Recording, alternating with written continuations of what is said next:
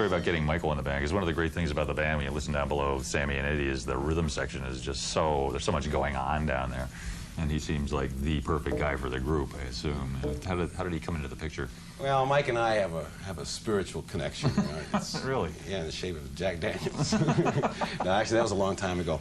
The way we met was we were playing the same bill, if you want to call it then, you know, playing a high school auditorium, and our PA had broken down, and Mike just let us use his, and we befriended him, and he came around, and before you know it, he was in the band. Was it obvious when he first started playing with you that he's really got something going here? Yeah, I think besides, it was more, what was more besides his playing was his attitude.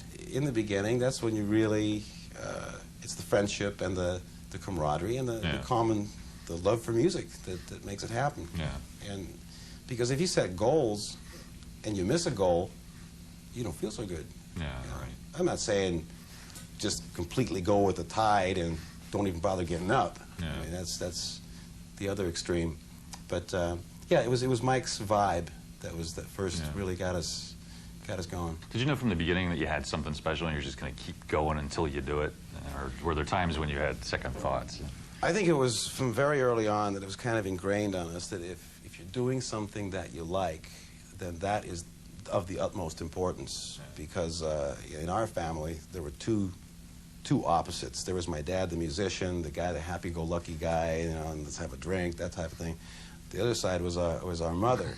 He says, you know, without a suit and tie, you ain't diddly. You know, you're nothing. You come by, you know, visit today or tomorrow, and she'll say, Alex, when are you going to get a job? You know, she's 75. And, Mom, does it really make any difference? Were you guys, when you and Eddie were kids, was it immediately apparent that you were musical? I mean, did you both just feel like this is what we want to do, and we love music, we want to play? Yeah, my dad, Ed, and if I say Ed and my father, or our father, that sounds kind of holy, doesn't it? Now, he was a musician, and again, it's really hard to put it into words, but musicians are different than the 9-to-5ers. You know, it's a different mentality. I think it really is something that's in your blood, and the lifestyle is different. Yeah, you have roots. There's certain places where you come home to, but the whole planet is your home. Here's your suitcase. Here's your instrument. Let's go. Because you know, music is all about people, meeting people and playing for them, and so we picked that up very early. Yeah. Must be great to play with a brother, right? I mean, is this a special relationship? Yeah, I mean, it never really came to my attention until Sammy once in a while will say, see, you got to remember the four of us, we're together a lot.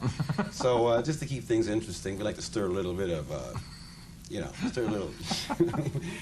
So whenever something isn't going 100% right, you know, Sammy kind of walks off and he says, yeah, the brothers are at it again. You can't win around here. You know? Of course, that's really some reverse psychology, because at that point I'm supposed to say, oh, no, not at all. No, I disagree with Ed, man. I'm siding with you, Sam. What kind of, when you were looking for, when you replaced that other guy who was in the band, when you were looking for a singer, was there something special you were looking for, or did Sammy just fit the bill? He just fit the bill. Ed and I were just putzing around in the studio. We didn't know really what we wanted to do, and then it just seems like every time that you really at the end, or the tunnel is the darkest, and all of a sudden then a light comes in. Yeah. You know, I don't know the exact phrase, but yeah, one night Sammy just came by, and he brought this kind of older feller with him, no sitting there, you know. And I was in one of those moods, and I was literally bouncing off the walls and jumping up and down the console, and I said, hey Sam, nice to meet you, man, but who's this old fart? Turned out it was his manager.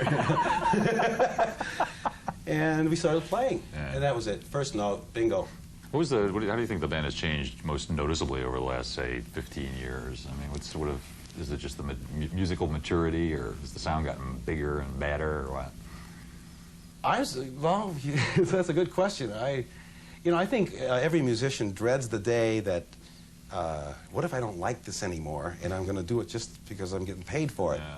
And I think the biggest surprise is that we really still are, you know, we still get up for it. We've managed to arrange it so you can do it the way you want to do it, and it probably helps. Yeah, but I mean, to have to play one song that you recorded 10 years ago because the audience wants to hear it can sometimes really push you to the limit of, hey, you know, are we faking it now or what? Yeah. But what song might that be? I'm not going to mention anything in particular because we may not play it this time.